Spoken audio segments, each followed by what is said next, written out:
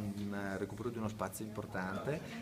l'isola di Piazza Rinaldi, questa relazione piazza-palazzo verde, e ringrazio i lavori pubblici perché hanno fatto veramente un ottimo lavoro e hanno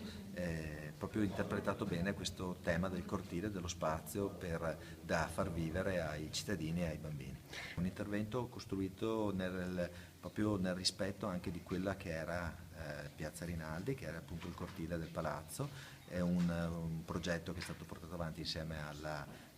sovrintendenza, passo passo, proprio costruito per ottenere il risultato migliore anche di recupero di una funzione, quindi sono veramente contento di questo lavoro. Poi il fatto che ci sia la relazione piazza-palazzo e nel palazzo venga portata la Brat porta veramente una vita quotidiana in questi luoghi, che viene recuperato l'aspetto del giardino anche di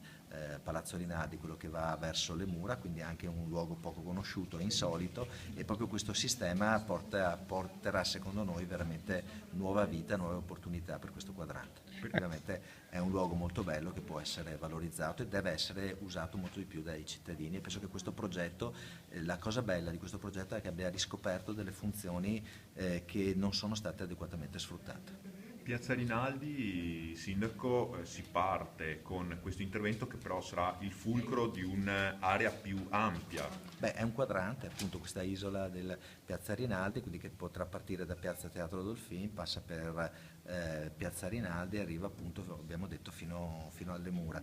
Questo è un lavoro che vogliamo finire entro settembre, poi appunto